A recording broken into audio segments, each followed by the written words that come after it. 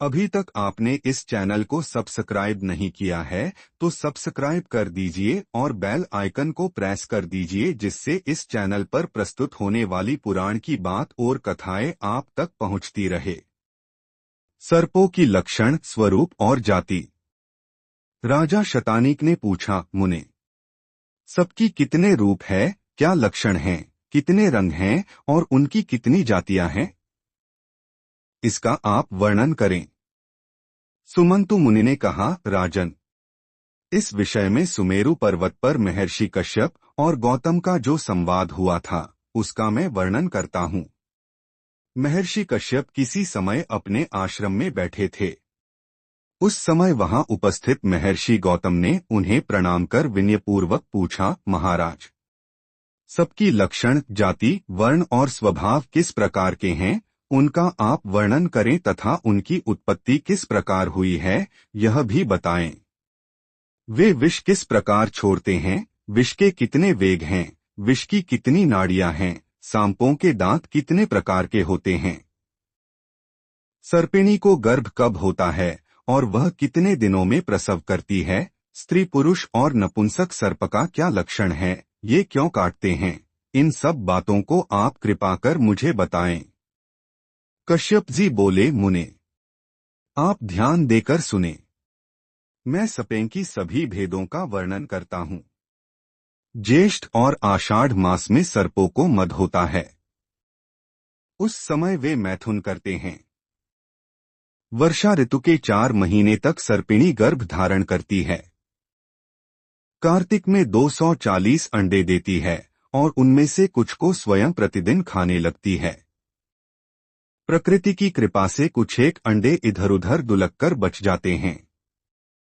सोने की तरह चमकने वाले अंडों में पुरुष, स्वर्णकेतक वर्णक समान आभा वाले और लंबी रेखाओं से युक्त अंडों से खी तथा शिरीष पुष्प के समान रंग वाले अंड की बीच नपुंसक सर्प होता है। उन अंडों को सर्पिणी 6 महीने तक सेती है। अनंतर अंडों के फूटने पर उनसे सर्प निकलते हैं और वे बच्चे अपनी माता से खेह करते हैं। अंडे के बाहर निकलने के 7 दिन में बच्चों का कृष्ण वर्ण हो जाता है। सर्प की आयु 120 वर्ष की होती है और इनकी मृत्यु 8 प्रकार से होती है, मोर से, मनुष्य से, चकोर पक्षी से, बिल्ली से, नकुल से, शूकर से, वृक्षिक से और गौ, भैंस, घोड़े, ऊंट आदि पशुओं के खुरों से दब जाने पर। इनसे बचने पर सर्प 120 वर्ष तक जीवित रहते हैं। 7 दिन के बाद दांत उगते हैं और 21 दिन में विष हो जाता है।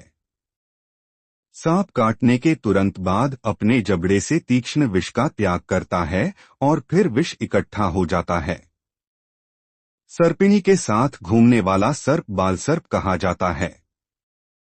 25 दिन में वह बचा भी विष के द्वारा दूसरे प्राणियों के प्राण हरने में समर्थ हो जाता है। 6 महीने में कन्युक केंचुल का त्याग करता है। सांप के 240 पैर होते हैं, परंतु वे पैर गाय के रोए के समान बहुत सूक्ष्म होते हैं, इसीलिए दिखाई नहीं देते। चलने के समय निकल आते हैं और अन्य समय भीतर प्रविष्ट हो जाते हैं। उनके शरीर में 220 अंगुलियां और 220 संधियों होती है। अपने समय के बिना जो सर्प उत्पन्न होते हैं उनमें कम विष रहता है और वे 75 वर्ष से अधिक जीते भी नहीं हैं। जिस सांप के दांत लाल, पीले एवं सफेद हों और विष का वेग भी मंद हो, वे अल्पायु और बहुत डरपोक होते हैं। सांप को 1 मुंह, 2 जीभ, 32 दांत और विष से भरी हुई 4 दावें होती हैं। उन दादों के नाम मकरी, करालो, कालरात्रि और यमदूती है। इनके क्रमशः ब्रह्मा, विष्णु, रुद्र और यमय 4 देवता हैं। यमदूती नाम की दाढ़ सबसे छोटी होती है। इससे सांप जिसे काटता है वह तत्क्षण मर जाता है।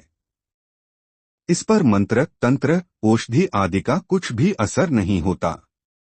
मकरी दाढ़ का चिन्ह शस्त्र के समान, कराली का काक के पैर के समान तथा कालरात्रि का हाथ के समान चिन्ह होता है और यमदूती कूर्म के समान होती है।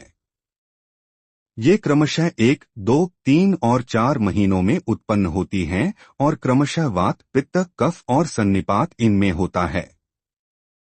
क्रमशः गुड़युक्त भात, कषायुक्त अन्न, कटु पदार्थ, सन्निपात में दिया जाने वाला पथ्य इनके द्वारा काटे गए व्यक्ति को देना चाहिए। श्वेत, रक्त, पीत और कृष्ण इन 4 दादों के क्रमशः रंग हैं। इनके वर्ण क्रमशः ब्राह्मण, क्षत्रिय, वैश्य और शूद्र है। सपेकी दादों में सदा विष नहीं रहता। दाहिने नेत्र के समीप विष रहने का स्थान है। क्रोध करने पर वह विष पहले मस्तक में जाता है, मस्तक से धमनी और फिर नाड़ियों के द्वारा दाद में पहुंच जाता है। 8 कारणों से सांप काटता है: दबने से, पहले के वैर से, भय से, मद से, भूख से, विष का वेग होने से, संतान की रक्षा के लिए तथा काल की प्रेरणा से। जब सर्प काटते ही पेट की ओर उलट जाता है और उसकी दाढ़ टेढ़ी हो जाती है, तब उसे दबा हुआ समझना चाहिए। जिसके काटने से बहुत बड़ा घाव हो जाए, उसको अत्यंत द्वेष से काटा है, ऐसा समझना चाहिए। एक दाढ़ का चिन्ह हो जाए किंतु वह भी भली भांति दिखाई न पड़े तो भय से काटा हुआ समझना चाहिए। इसी प्रकार रेखा की तरह दाढ़ दिखाई दे तो मद से काटा हुआ, 2 दाढ़ दिखाई दे और बड़ा घाव भर जाए तो भूख से काटा हुआ, 2 दाढ़ दिखाई दे और घाव में रक्त हो जाए तो विष के वेग से काटा हुआ, 2 दाढ़ दिखाई दे किंतु घाव न रहे तो संतान की रक्षा के लिए काटा हुआ मानना चाहिए। काक के पैर की तरह 3 दाढ़ गहरे दिखाई दें या 4 दाढ़ दिखाई दें तो काल की प्रेरणा से काटा हुआ जानना चाहिए। यह असाध्य है। इसकी कोई भी चिकित्सा नहीं है। सर्प के काटने के दंष्ट, दंष्टानुपीत और दंष्टोद्धत ये 3 भेद हैं। सर्पक काटने के बाद ग्रीवा यदि झुके तो दंष्ट तथा काटकर पार करे तो देष्टानुशीत कहते हैं। इसमें तिहाई विष चढ़ता है और काटकर सब विष उगल दे तथा स्वयं निर्विष होकर उलट जाए, पीठ के बल उल्टा हो जाए, उसका पेट दिखाई दे तो उसे दंष्टोद्धत कहते हैं। और ये सभी बातें पुराण में कहा है। और ऐसी वीडियो के लिए लाइक करें, शेयर करें और सब्सक्राइब जरूर करें।